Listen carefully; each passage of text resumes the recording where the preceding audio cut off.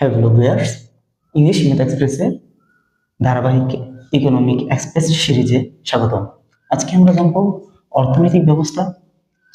জানি আমরা চার ধরনের, যেমন ধনতান্ত্রিক অর্থব্যবস্থা বা ক্যাপিটালিস্টিক ইকোনমি, সমাজতান্ত্রিক অর্থনীতি বা নির্দেশ সোশ্যালিস্ট ইকোনমি, মিশ্র অর্থনীতি বা মিক্সড ইকোনমি, ইসলামী অর্থনীতি বা ইসলামিক ইকোনমি। এখন ধনতান্ত্রিক অর্থনীতিকে বলা হয় পুঁজিতান্ত্রিক অর্থনীতি।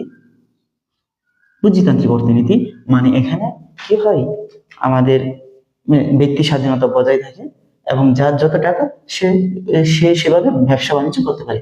সমাজতান্ত্রিক অর্থ বা নির্দেশমূলক অর্থনীতিতে এমন একটা অবস্থা প্রতিষ্ঠিত হয় যেখানে রাষ্ট্র কর্তৃক সবকিছু পরিচালিত হয়।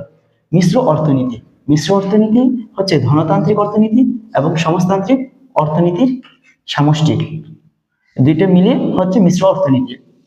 তারপর হচ্ছে ইসলামী অর্থনীতি। ইসলামী অর্থনীতির উৎস হচ্ছে কোরআন এবং হাদিস। কোরআন এবং হাদিসে যেভাবে নির্দেশ দেওয়া হয়েছে সেভাবেই এই ইসলামী অর্থনীতি প্রতিষ্ঠিত হয় এবং সবচেয়ে ভালো অর্থনীতি হচ্ছে ইসলামী অর্থনীতি। ইসলামী অর্থনীতি প্রতিষ্ঠিত না হওয়া পর্যন্ত ইকোনমি স্টেবল হবে না। তো আজকে পর্যন্ত এ পর্যন্ত ছিল।